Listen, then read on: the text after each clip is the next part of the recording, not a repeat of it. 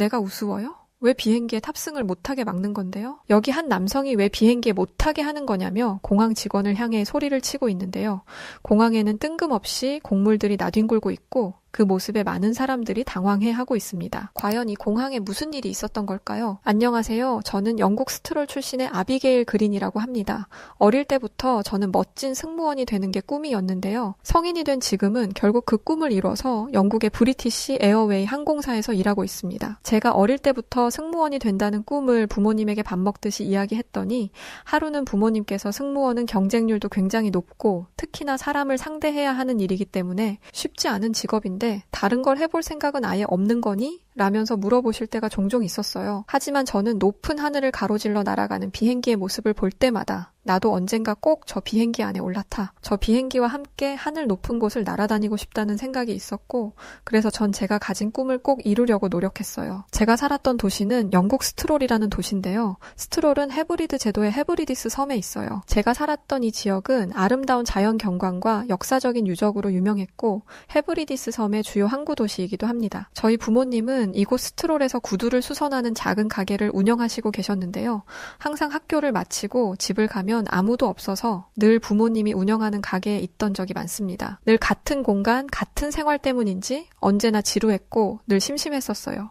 그러다 어느 날 하루는 저희 하늘 위로 굉음을 내며 날아가는 비행기를 보게 되었는데 하늘을 마음껏 날아다니는 비행기를 보면서 나도 저 비행기 안에 타고 있으면 어떤 기분일까? 라는 생각을 했고 저 비행기를 타고 세계를 돌아다니며 다른 나라 다른 도시들의 모습은 어떤 모습들일까?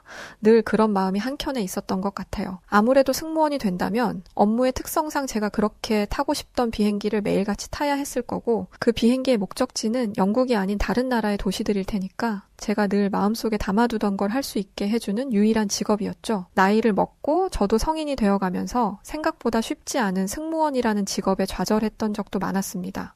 어디 여행을 떠나보려고 해도 부모님의 구두 수선 가게는 소득이 낮아서 어디 해외여행이라는 것을 생각할 수 없는 형편이었고 설령 여행을 떠난다고 해도 다른 나라에서 지내면서 소비해야 하는 비용을 감당해내는 게 쉽지 않았기 때문이었죠. 심지어 저는 영국에서 태어난 영국 사람인데도 수도인 런던에 조차도 가본 적이 없었어요. 런던을 가려면 제가 사는 스트롤 공항에서 직항 비행기를 타고 갔을 때 2시간 정도가 걸리는데 당연히 비행기 탈 만한 여건이 되지 않았기 때문에 만약 스트롤에서 페리를 타고 본토까지 가는 방법으로 가게 되면 3시간을 달려 다시 기차와 버스를 타서 런던으로 이동해야 하는데 많이 걸리면 8시간까지도 걸리기 때문에 제가 사는 지역에서 런던까지 가는 것도 쉽지만은 않았어요. 저는 그런 이유로 승무원이 되기 위해서 차근차근 준비해 결국 제가 꿈꾸던 항공사 승무원이 될 수 있었는데요. 그때 합격 통보를 받았던 당시에 얼마나 기뻤는지 지금 생각해도 가슴이 벅차오를 정도예요. 저의 합격 소식을 들었던 아버지는 우시기까지 하셨는데 제가 항공사 취직으로 기숙사로 떠나던 날 아버지가 제 손에 두툼한 봉투를 주셨었어요. 그 안에는 그동안 부모님이 구두수선일을 하며 한 푼 두 푼 모았던 종잣돈이 들어있었죠. 이 돈을 벌기까지 그렇게 고생하셔 놓고는 하나뿐인 딸이라고 모아둔 돈을 저에게 가져가라며 주신 거예요. 떠나기 전날 밤에 저는 얼마나 울었었는지 몰라요. 저는 다음 날부터 항공사 입사 후에 정말 많은 시간을 혹독하게 훈련받았습니다. 승무원 하면 뭔가 단정하면서 화려하고 왠지 모르게 프로페셔널하게 느껴지곤 했었는데 막상 승무원이 되고 나서 보니 겉으로 보던 것과는 다르게 승무원으로서 갖추어야 할 모습과 자세, 말투까지 사실 쉽지 않더라고요. 또한 고객들이 보이지 않는 곳에서 땀을 뻘뻘 흘리며 굳은 일들도 도맡아 해야 하는 고된 직업이었어요. 그래도 이렇게 힘들지언정 제가 어릴 적부터 바래왔던 것들을 현실로 만드는 것은 틀림없었죠. 높은 하늘을 날아올라 세계 각국을 가볼 수 있었기에 그 자체만으로도 만족하고 행복했습니다. 평소와 다르지 않은 어느 날 저는 항공사 팀장님으로부터 전해 들었던 이야기로 눈이 동그래져 궁금한 토끼 마냥 궁금해서 어쩔 줄 몰라 하던 일이 있었는데요. 바로 저희 비행기에 동양인 관광객들이 단체로 탑승할 거라는 이야기 때문이었는데요. 태어나서 동양인들과는 대화 한마디 해본 적 없었던 터라서 과연 동양인들은 어떤 성격을 가진 사람들일까 하는 궁금증이 생기더라고요. 그런데 저와 함께 있던 승무원 선배님이 외마디 비명을 지르며 어쩔 줄 몰라 하셨어요. 그 모습을 보던 팀장님은 승무원 선배가 왜 저러는지 이해하겠는지 한숨을 길게 내쉬더니 자리를 떠나셨었는데요. 외마디 비명을 질렀던 선배 말고도 다른 선배님들까지 모두 이런 상황이 너무 걱정되고 우려스럽다면서 대체 이해할 수 없는 엉뚱한 말들을 늘어놓기 시작하셨었습니다. 제가 선배에게 왜 그러시는지 알려달라고 이야기했더니 선배는 이런 말씀을 해주시더라고요. 예전에 한번 중국인 관광객들이 단체로 비행기에 탑승했던 적이 있었는데 그때 그 중국인들 때문에 말도 못하게 고생을 했었다고 하더라고요. 아무리 친한 사람들끼리 단체로 비행기를 탔어도 자신의 자리에 올바르게 착석해서 안전벨트도 매고 해야 하는데 그들은 내키는 대로 아무 곳이나 가서 자리에 앉았고 3명이 나란히 앉을 수 있는 자리에 4명, 5명씩 가서는 껴안고 있는 경우도 있었다고 하더라고요. 그리고 좌석 위에 물건을 비치할 수 있는 공간이 부족할 정도로 대체 무슨 이런저런 잡동사니 짐들이 많은지 다른 사람이 짐을 넣어야 하는 공간까지 모두 차지해서 난처한 경우도 한두 번이 아니었다면서 동양인이라면 치를 떠셨었는데요. 뿐만 아니라 먹었던 음식들을 죄다 비행기 바닥에 버린 터에 중국인 단체 관광객이 내렸을 때 정말 비행기 안이 거의 쓰레기장 수준이었다면서 태어나 그런 사람들을 난생 처음 겪어봤다면서 학을 떼셨어요. 그때 옆에 있던 또 다른 승무원 선배는 자신은 중국인 관광객 커플이 자신이 탔던 비행기에 탄 적이 있었는데 그 중국인 커플 좌석이 서로 달랐는지 떨어져 앉아야 했는데 중국인 남성이 자신의 지정석에 앉지 않고 중국인 여성 옆자리에 그냥 앉았었다고 했어요. 그래서 그때 선배는 본인 자리에 착석하셔야 한다고 이야기를 했는데 그 중국인 남성은 대뜸 중국말로 자신을 향해 막무가내로 뭐라고 소리를 질렀었다고 했었는데요. 자신의 여자친구 옆자리에 지금 아무도 없는데 아무도 없는 빈자리에 앉아서 갈 수 있는 거 아니냐면서 엄청 따졌대요. 그러면서 돈을 내라면 낼 수도 있다면서 자신이 돈 없는 가난뱅이처럼 보이냐며 난동을 피워서 엄청 고생했었다는 푸념을 늘어놓으시더라고요. 그러면서 그들은 왜 이렇게 싸움들도 많이 하는지 동양인 관광객들이 단체로 비행기를 타면 무조건 한두 차례는 자기네들끼리 다툰다고 하더라고요. 그러면서 선배가 저에게 마음을 단단히 먹어야 한다면서 아마 못 볼 꼴 많이 볼 수 있으니 긴장하라면서 말이죠. 선배의 그 이야기를 듣고 나니까 괜히 저도 겁이 나더라고요. 대체 어떤 사람들이길래 이렇게까지 선배들이 기겁할 정도로 걱정을 하는 건지 궁금하면서도 한편으로 걱정도 되면서 온갖 생각들이 교차했었는데요. 이번에 저희 비행기에 탑승하는 동양인 관광객들은 중국인들은 아니었고 한국인들이라더라고요. 그 소리에 선배들에게 이분들은 한국인 분들이라는데 괜찮지 않을까요? 라면서 선배들에게 물었더니 솔직히 전에 탑승했던 관광객들 사이에는 중국인들, 한국인들 다 섞여 있었어서 그렇게 난동을 피웠던 사람들이 어느 나라 사람인지 잘 모른다면서 여하튼 같은 동양인들이니까 긴장 풀지 말고 정신 바짝 차리라고 하더라고요. 저희 비행기의 문이 열리고 드디어 관광객들이 하나둘 모습을 보이며 저희 비행기에 탑승하기 시작했는데요. 선배들의 얼굴에는 웃음도 섞여 있으면서 뭔가 걱정이 한가득 있는 불편한 표정들도 볼 수 있었어요. 저 또한 선배들에게 들은 게 있다 보니 괜히 긴장이 더 되고 그래서 손님을 향해 웃어야 하는데 표정이 자연스럽게 나오지는 않더라고요. 비행기에 드디어 검은색 머리를 한 동양인들이 하나둘 올라타기 시작했는데요. 실제로 눈앞에 마주하고 나니까 더 긴장되고 그러더라고요. 탑승하는 승객들의 티켓을 보여달라고 하면서 확인하는데 손이 어찌나 떨리던지 주체할 수가 없더라고요. 그런데 그때 한국인 여성 탑승객이 제가 손을 너무 떨고 있자 갑자기 제 손을 잡으시더니 손을 너무 떠신다면서 괜찮아요? 하고는 비행기 안으로 들어가시는 거였어요. 순간적으로 저는 뭐지 싶었는데 속으로 이 정도로 벌써 떨면 안 된다는 신호를 보낸 건지 더 걱정이 되더라고요. 여하튼 그렇게 막힘없이 손님들은 비행기에 올라타고 있었는데 제 맞은편에 있던 선배가 고개를 갸우뚱하더라고요. 그 모습에 제가 왜 그래요? 하고 물었는데요. 중국인들이 비행기에 탑승했을 때는 항상 티켓을 손에 들고 있지 않아서 매번 가방을 뒤지거나 주머니를 뒤지는 행위 때문에 늘 탑승이 밀리고 지연됐었는데 이상하게 이번에 탑승하는 한국인 분들은 그런 게 없다면서 좀 다르다고 하시더라고요. 그러면서도 뭐 같은 사람이 아니니까 조금 다를 수도 있는 거겠지 하시면서 분명 좀 있으면 난동이 시작될 게 분명하다고 말씀하셨죠. 하지만 탑승 인원이 전원 비행기에 올라타고 자신의 좌석을 찾아 착석하는 게 너무 자연스럽고 빠르게 진행되었었는데요. 그러면서 자신의 좌석 위에 있는 짐칸에 짐을 넣으면서도 남의 공간을 차지하지 않도록 신경 쓰면서 짐들을 넣었고 짐이 커서 부득이 타인의 공간을 침범할 때는 옆 사람에게 양해까지 구하는 매너 있는 모습까지 보여줬었어요. 승무원으로 그런 과정에서 생길 수 있는 분란들을 챙겨야 하는데 막상 한국인들은 스스로 다 알아서 하는 모습들 때문에 저희가 딱히 뭘 할 것도 없더라고요. 선배들을 보니까 선배들도 저와 다르지 않았는데요.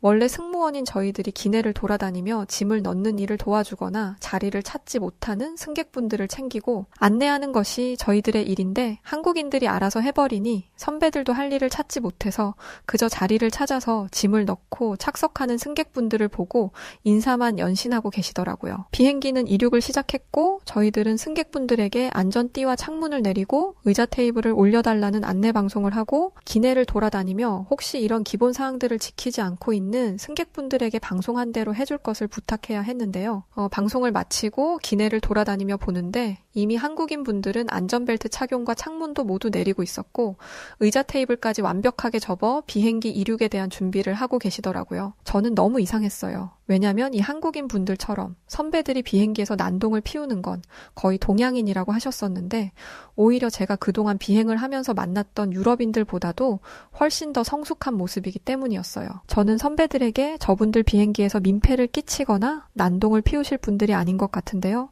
그때 난동 피운 사람들이 동양인들이 아닌 거 아니에요? 혹시 라면서 물었거든요. 제 말에 선배들도 자신들도 이런 모습은 지금 처음이라면서 되게 신기해 하시기만 했지 이렇다 할 답을 못했었어요. 저희는 곧이어 기내식을 준비했는데요. 그런데 한 선배가 저에게 다가오더니 이런 말씀을 하더라고요.